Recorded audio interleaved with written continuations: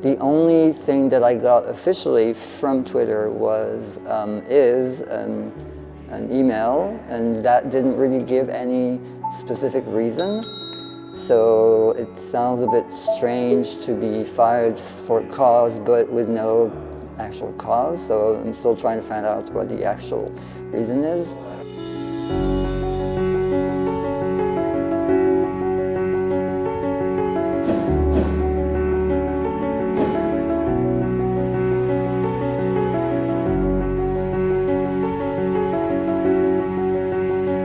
Most of the layoffs have been happening between yesterday evening and this morning, Pacific time.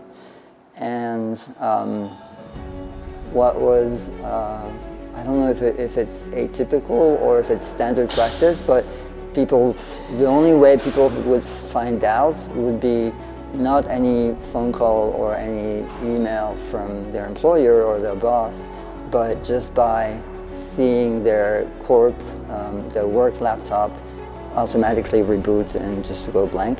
That's the way people would find out.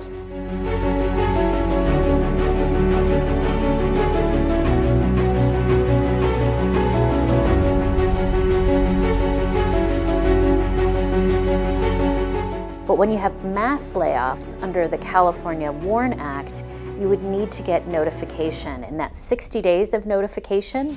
And the failure to provide that notification means that employees could be entitled up to 60 days of compensation, which also includes benefits.